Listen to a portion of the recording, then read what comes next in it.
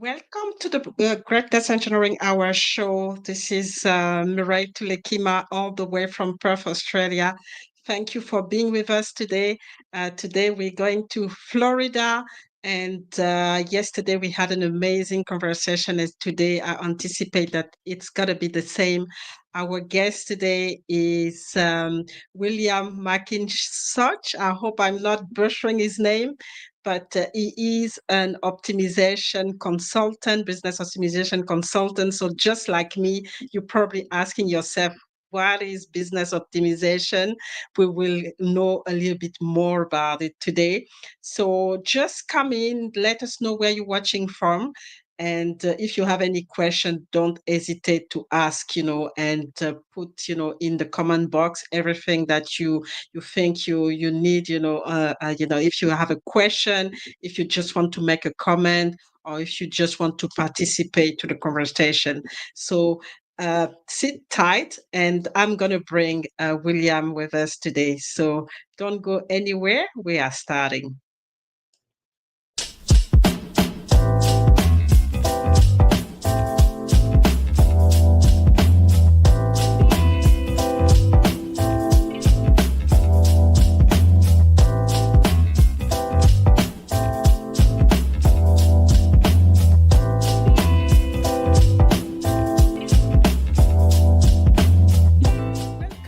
Another episode of the Greatness Engineering Hour show, the show that is brought to you by the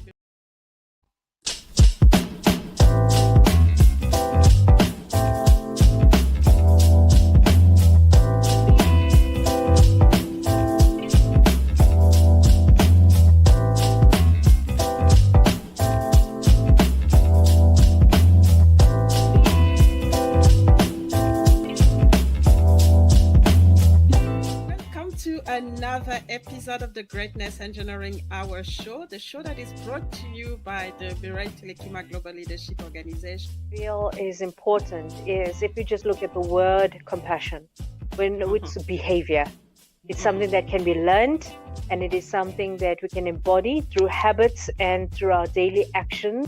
To get this idea that if we interject this wisdom intentionally, I call them needle movers. It's the needle mover that's missing. Don't deprive the world of your greatness. Please. Don't do that anymore. Dare to excel, dare to be sexy, dare to be you, dare to be the best version of yourself. Impact yourself positively, and from there impact others, and you are not alone.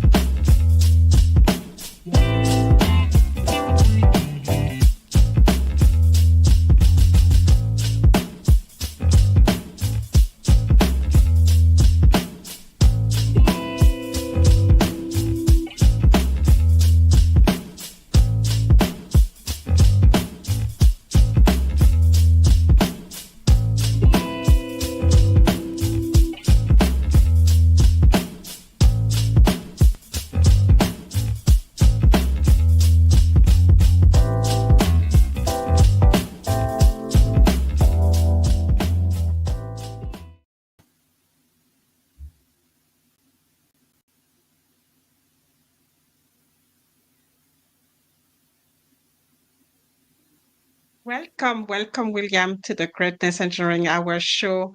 It is a pleasure to have you. We've been having a little bit of technical glitch, but I think it's not going to stop us. It's not going to stop the conversation we're going to have today. Just to start, just want you to introduce yourself to the audience. Let us know who you are And I'm really curious to know what you do as an optimization consultant, business optimization consultant. So the floor is yours, William. Yeah, well, excuse me. First of all, I'd like to say good morning, good afternoon, good evening, wherever you are in the world, if you're watching this.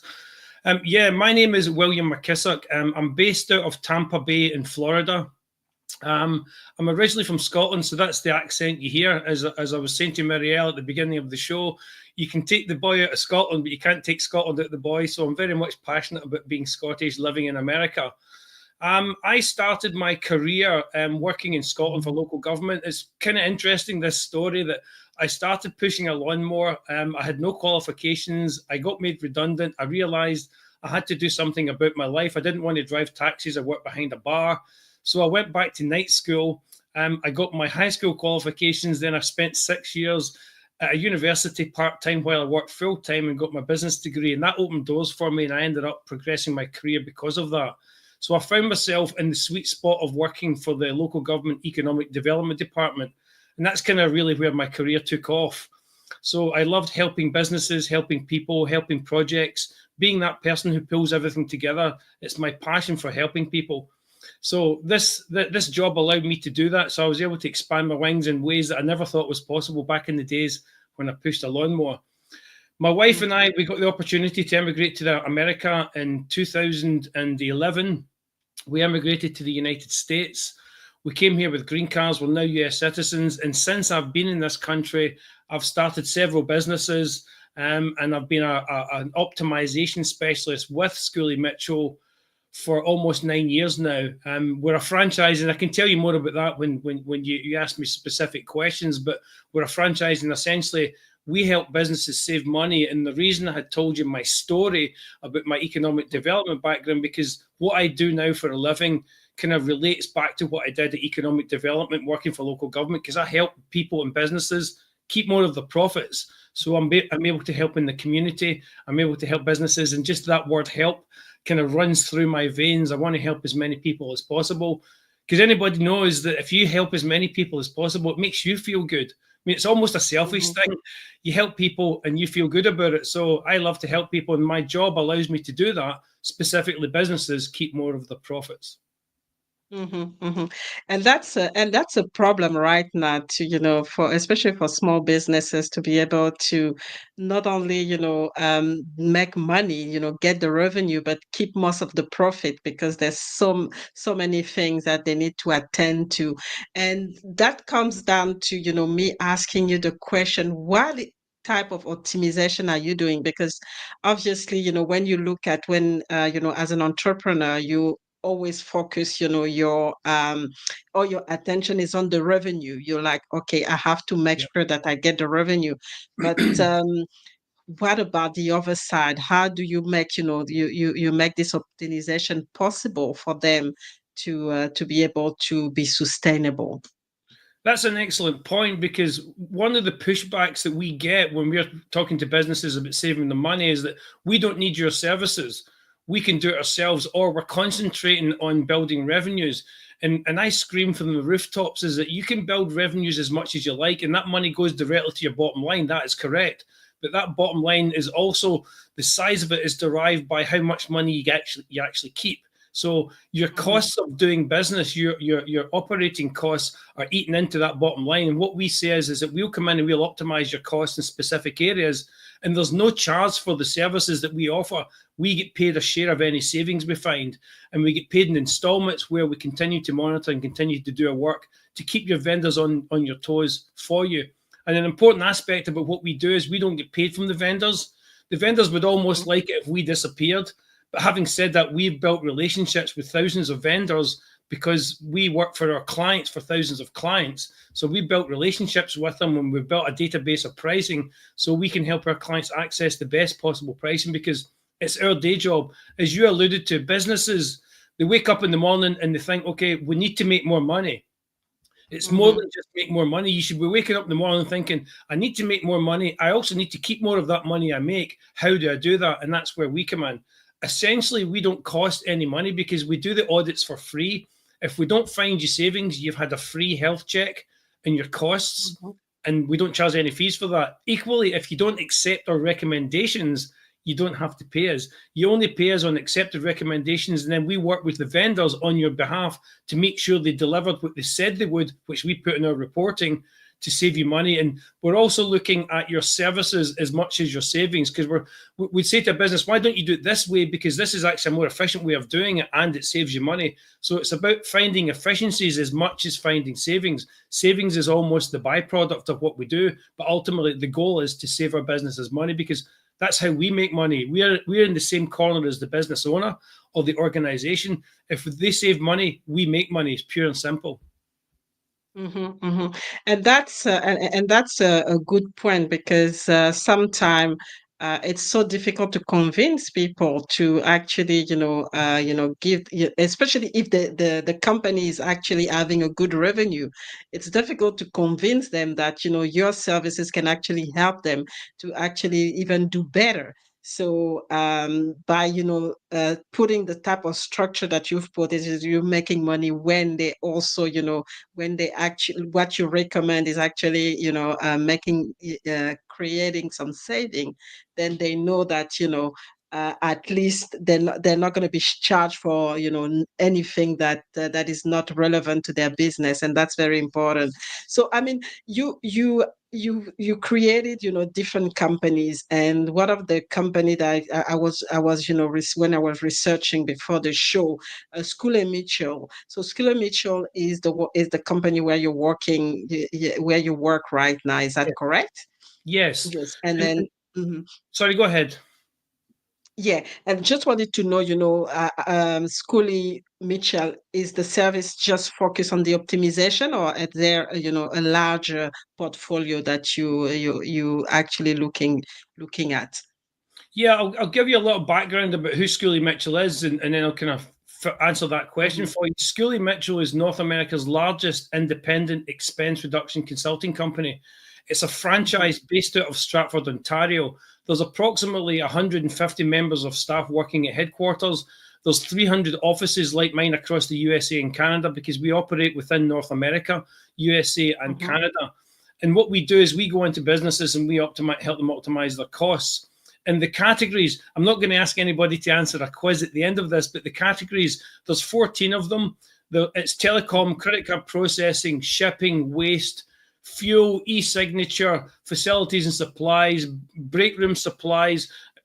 I'm not going to rattle all of them, but there's 14. If you check out my website, if you go to my LinkedIn profile, you can see the categories. So Schoolie Mitchell is a franchise. And one of the reasons I ended up being in Schoolie Mitchell, because I told you my background about helping businesses from an economic development perspective. One of the businesses that I did in the United States was franchise consulting. So I was helping people find franchises, and I found a franchise for myself.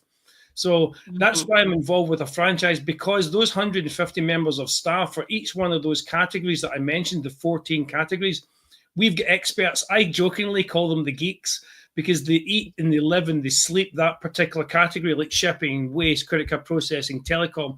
These people are absolute experts in the field that negotiate on my behalf. Headquarters negotiates on my behalf, on our client's behalf, with the vendors. It's not me that actually does the work behind the scenes. I know the expense reduction consulting world inside out, but from a category perspective, we've got absolute experts sitting at headquarters who do the work and do the auditing, and they do all that behind the scenes work for our clients. So in this case, we're a franchise. I'm with a franchise. And what a wonderful ride I'm having, because everything I do is designed to help businesses save money. Pure and simple. It's keep more of your operating costs, keep more of your, save on your operating costs and keep more of your profits. Pure and simple. You wake up every morning and you try and build your revenues. What's the point in building your revenues if the bucket's leaking at the other end? So we can't stop that. You're always going to have operating costs, but we can certainly help you keep more of the money that you wake up every morning yearning to earn. And I think what we see as well is, especially when you're the startup, it's quite challenging, when you start a business, because I was looking at the statistic at some point, is that a massive amount of startup actually don't make it after 2 years. And that's really, quite frightening. And so my question is, at what stage do you work more with startups, or do you work more with, sizable company? How do you define your portfolio? Yeah, from a business perspective, we can work for any business or any organization in any industry, because it doesn't matter whether you're a manufacturer, you're a medical group, you're an investment company, you're going to have telecom costs as an example of one of the categories. You're going to have spends in those areas. We don't work with startups right at the very starting beginning. We can work with startups once they've been in operation, once they have a track record of some kind of operating cost. We usually need at least 6 months and before we can come on board and help what you term as a startup. But we work with small, medium to like multi-billion dollar companies. It actually doesn't matter to us the size of the company. Obviously, the bigger the company, the more money we're going to make, because the spends are bigger, the percentages tend to be higher. We just find a lot more money for everybody because of the size of the company. But yes, we're more than happy to help those small businesses, because it's not about the size of the company. It's really, you have to meet the minimum spends. For example, you have to be spending at least $1,000 a month in telecom, $1,000 a month on shipping, at least $500 a month on waste. So that's as small as we go. And as I say, we go all the way up to like multi-billion dollar companies that we all have within the franchise network. We've got huge companies we work with, as well as helping those small local businesses. Mm-hmm. Okay, so that's quite impressive, and especially right now with those big company in the energy sector, or the we see a lot a lot of project in that area, and you said that you're working with most of those company around a spectrum of industry. So I mean, what do you see as I mean, looking at the different companies and doing your optimization work, what do you see as things that are blocking people to actually optimize their businesses? What are the key things that you think are really the bad habits that companies have, and that's basically make them lose not make any saving at all? One of the biggest aspects that we see in this area is, like, if you think about looking at your mobile phone, your cell phone bill, we've all been guilty of it. We know we're being charged too much, but we just don't do anything about it because we don't have the time. And in some case, when you're speaking to the reps, they pull the wool over your eyes, and you don't have the knowledge to be able to argue back about the technical services, etc., that's costing you more money. So businesses tend to not have the time, but it's not only that, where they do allocate people to looking at the billing statements and keeping on top of the vendors, that takes up a lot of resources from the business. It's a resource from a perspective that we bring to the table, takes up a lot of their time, but also the lacking in the knowledge. Because if you're a business, you might just say you're a manufacturer and you make shoes. Your widget is manufacturing, making and selling shoes. And then at the same time, you're having to deal with telecom companies, waste companies, shipping companies, all the companies you need to run your business. You cannot be an expert in every single one of those categories that you use to run your business. You just can't, because your widget is making shoes and selling shoes.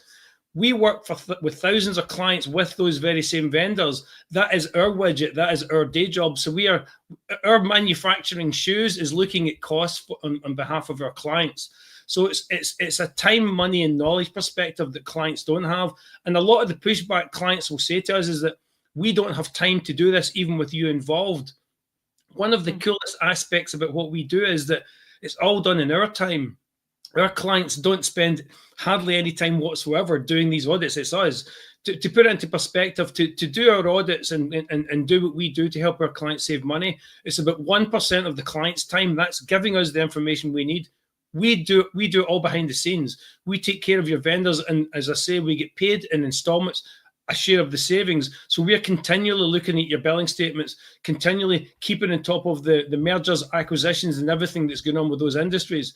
So that's maybe a bit of a long-winded answer to the question, but the bottom line is the clients don't have the time or the knowledge or the resources to absolutely stay on top of their costs, because they just can't, because they've got a business to run, and we help them concentrate on running the business, where we take care of at least 14 of the cost categories. Fantastic. So we're gonna have a break and then we come back to continue this very insightful conversation. I hope you are, learning a lot from William today because this is really, an important aspect of, the economy. And we know that, a lot of people are, getting challenged right now with what's happening. So we can see that there are, services and there are people company offering services that can actually alleviate, the challenge that, as an entrepreneur, as a company, we have. So don't go anywhere. We will get back to you after this short commercial. Vanakkam. This is Dr. Srimati Kesin, founder CEO Space Kids India. Shakti Sat. Yes, the mission to the moon. We intend building a satellite and putting it in lunar orbit with an all-girls team globally. Yes, you heard it right. 10,800 children globally will be handpicked, and then subsequently 108 children will be building this satellite. Women leaders from across the globe, if you want to be a part of this historic mission, come join us. Be a bridge between Team Shakti Sat and your country. Join as babies because we believe world is one. Vasudhaiva Kutumbakam. One earth, one home. Give power to the girls.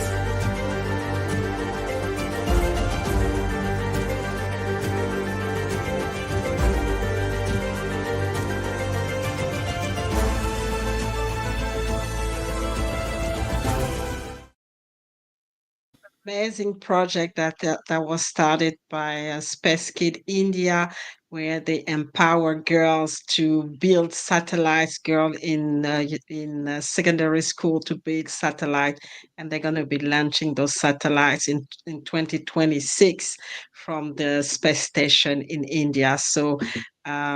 Fantastic. So today we are with William. William is a business optimization consultant, and if you've been with us from the beginning, you've already, I think, learned a lot, like I did.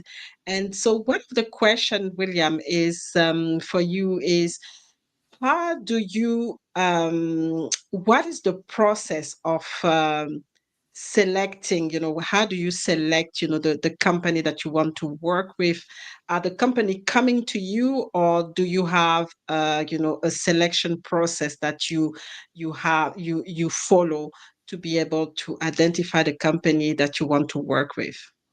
Yeah, I mean, some of our franchisees in the system will work in a specific vertical. Like there's one of our guys in Pittsburgh works purely with manufacturers, and people specialize in working with dental practices. I don't specifically categorize because we can work with any industry. Right now, I'm finding myself working quite a lot in the medical industry and the financial world.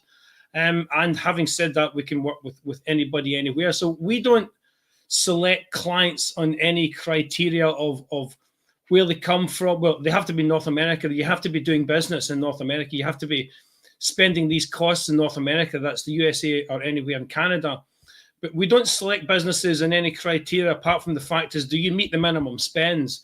And we have an opening conversation as to work out if we can actually help the business or not. Because on some occasions, on the rare occasion, we don't find savings because the businesses somehow have managed to get themselves the best deal possible.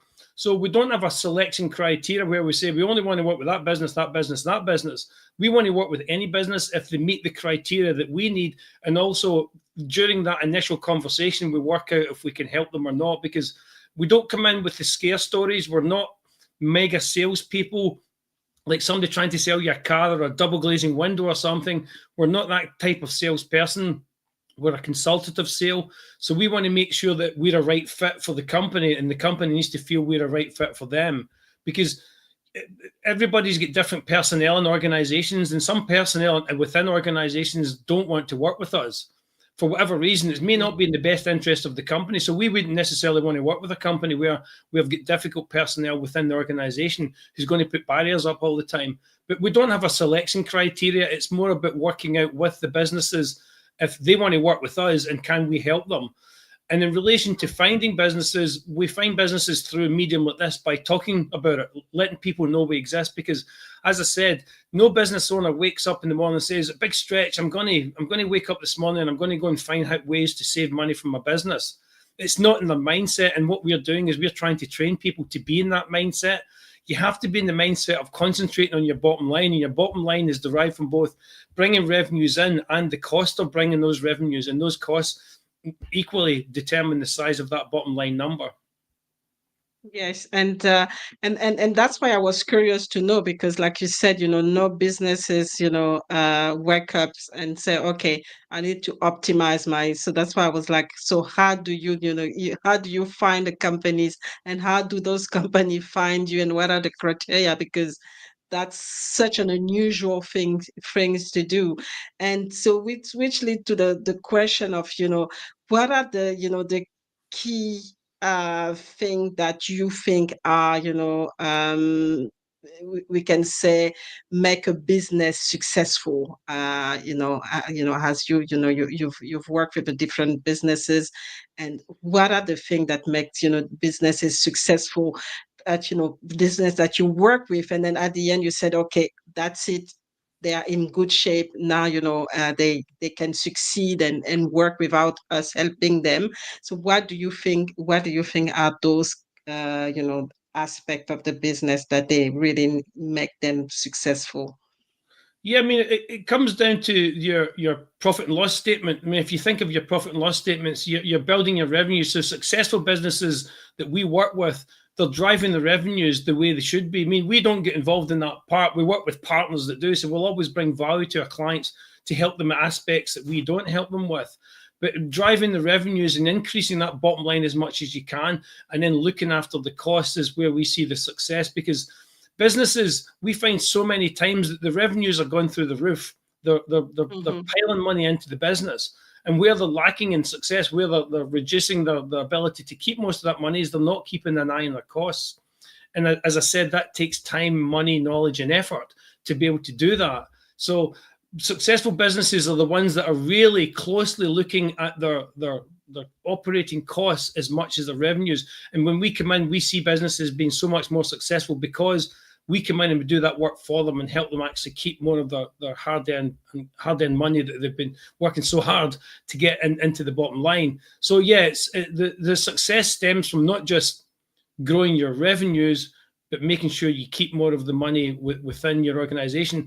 A great example of that recently, Delta Airlines, I think for the last quarter in 2024, the revenues were through the roof, but the profits were down something like 600 million.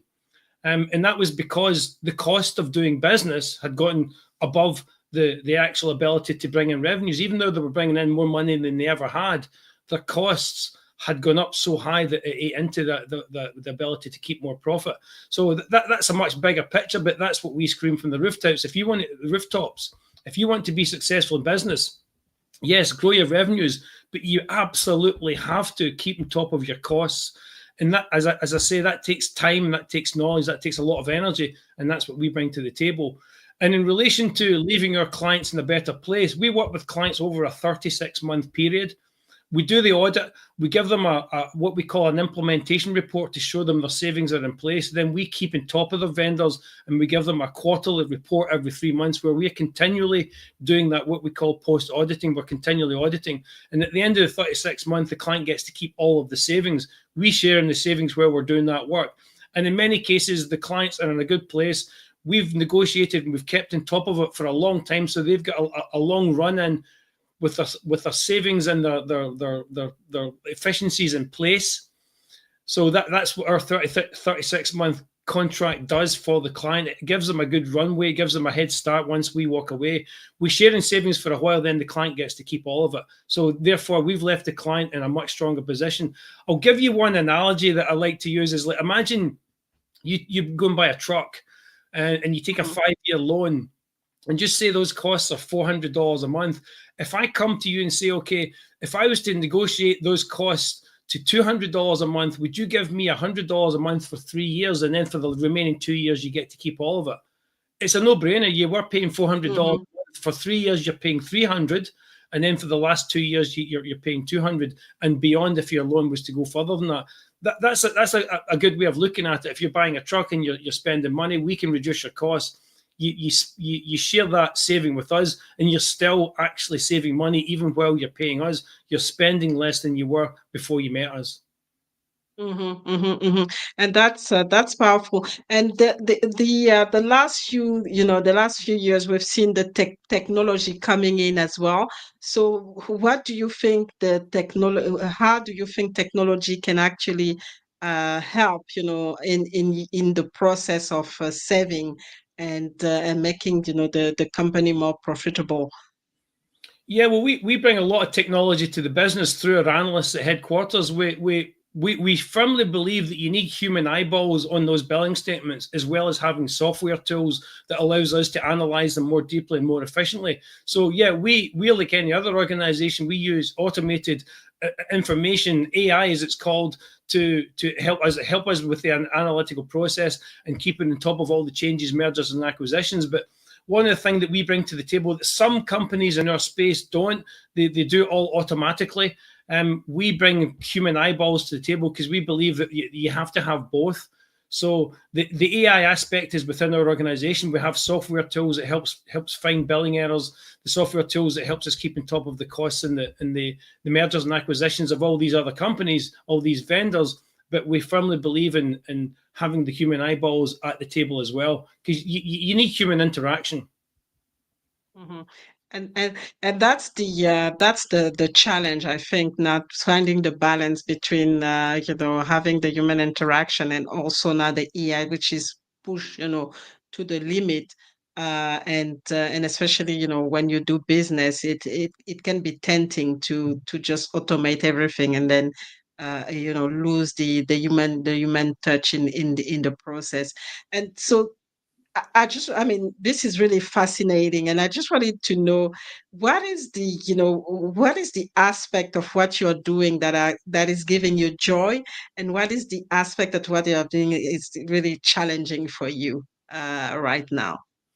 That's a fantastic question. The aspect that gives me joy is that when we go into a business, especially, and this relates to the aspect that's difficult for me, if they're giving us pushback and it takes a lot of nudging for them to finally agree to work with us.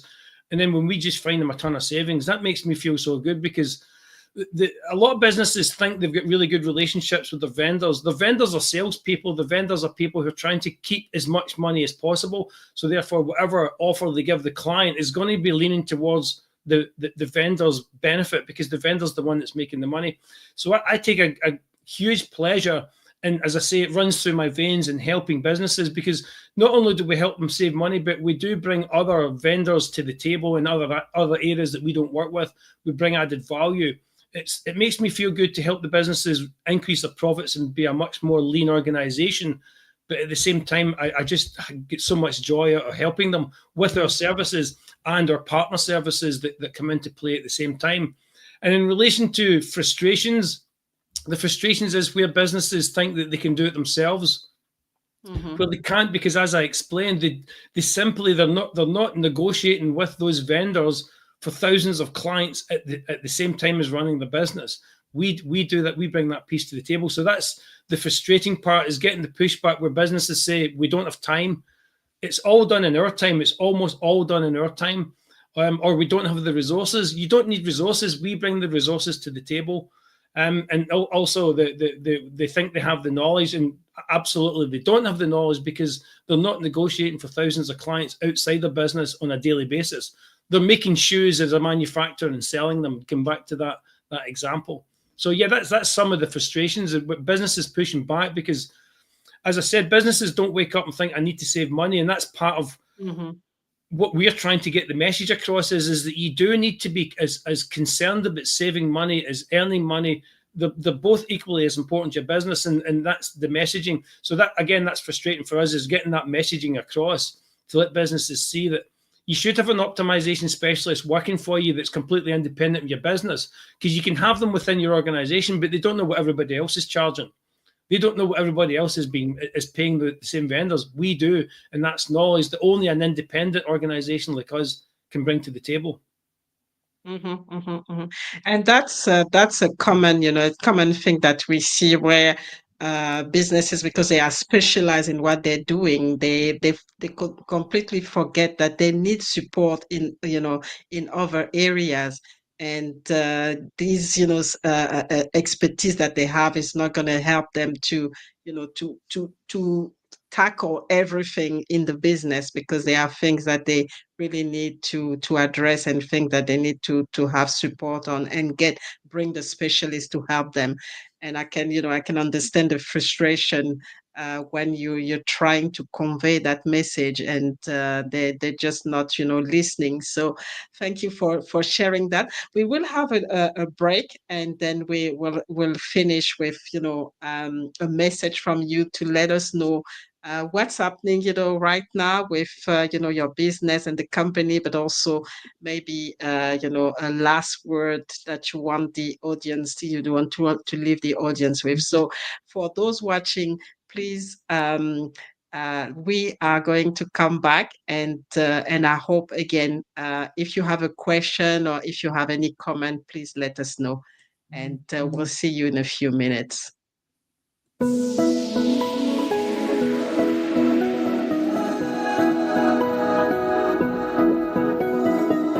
Is Kasia Trepanier. I'm from Hammond, Louisiana, which is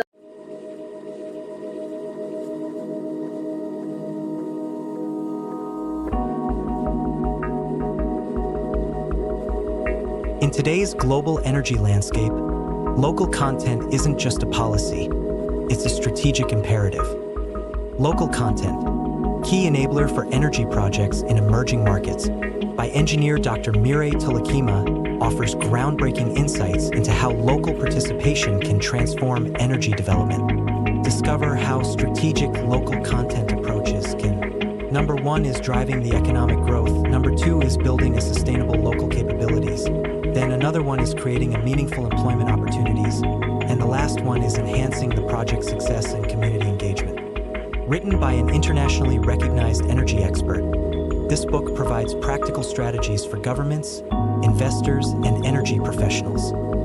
Whether you're in energy policy, project management, or economic development, this book is your roadmap to understanding local content's critical role.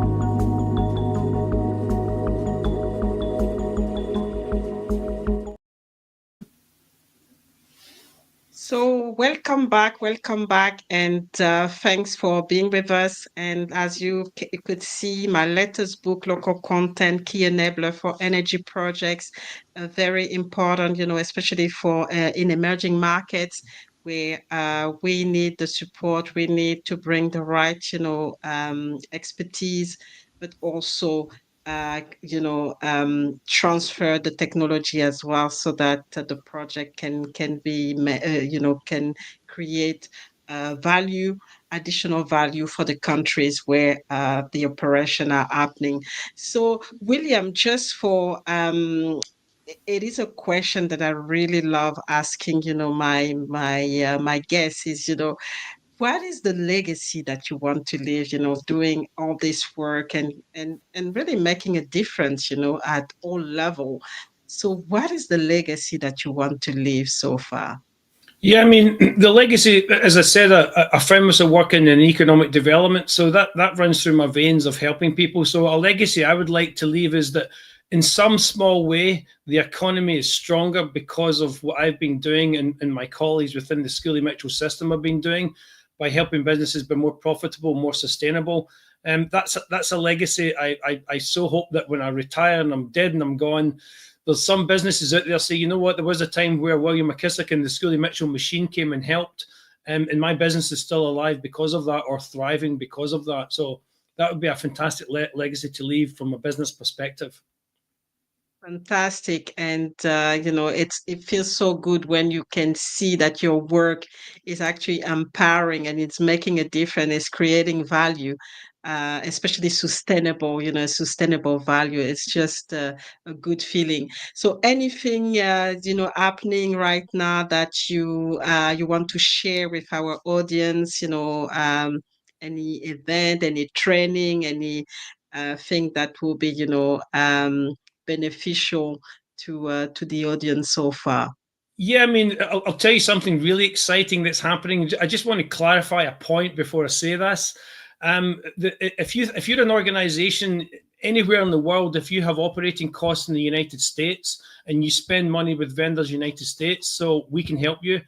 And also one aspect I wanted to get across is that many businesses bring in help. They bring in other consulting companies. The consulting companies usually charge a fee up front, and then they charge a fee when that consultation is done. And then in many cases, they'll hand you a report and say, here's what you need to do to implement what we recommend.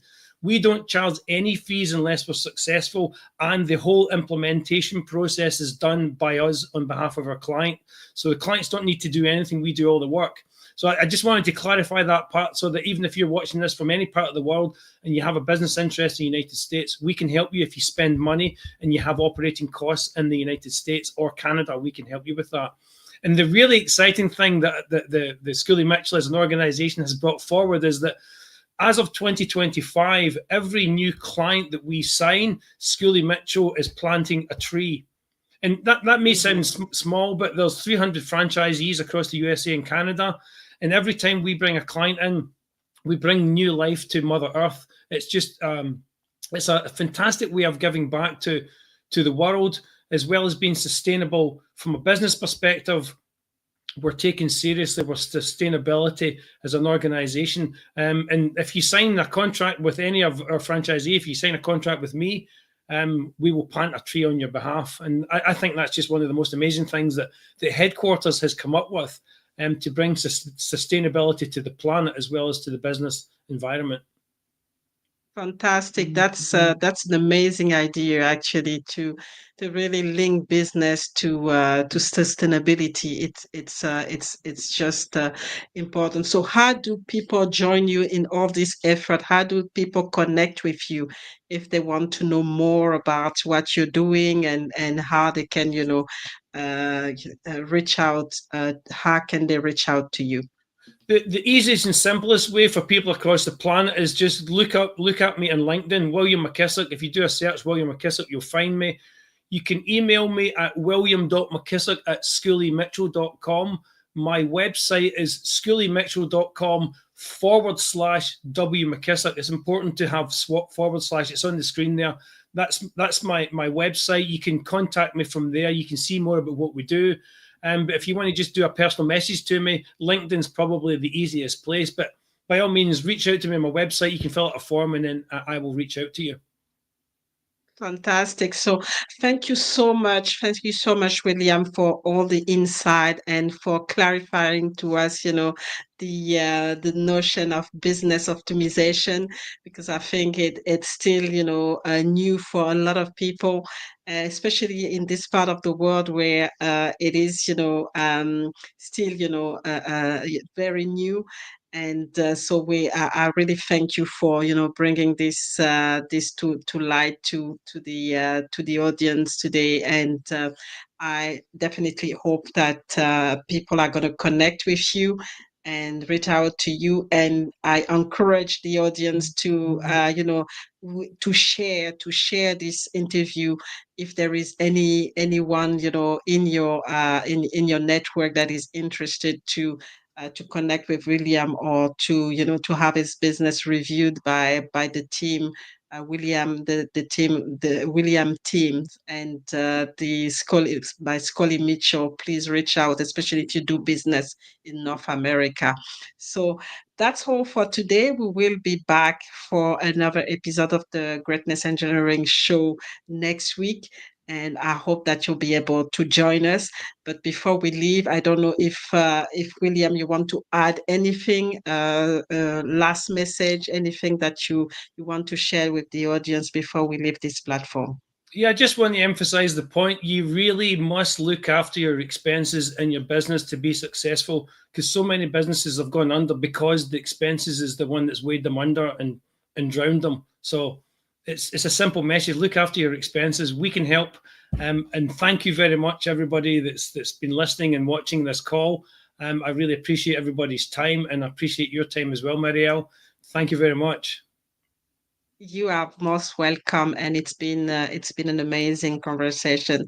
So that's all for today. We'll see you next week with another episode of the Greatness Engineering Show. And I just want to wish you a happy New Year, because it's, we're starting the season. A happy New Year, and hopefully I can continue to inspire you. I can continue to bring you new knowledge that you can, that will help you to go to the next level of your greatness. So thank you very much. And thank you, William, again for your time. Thank you.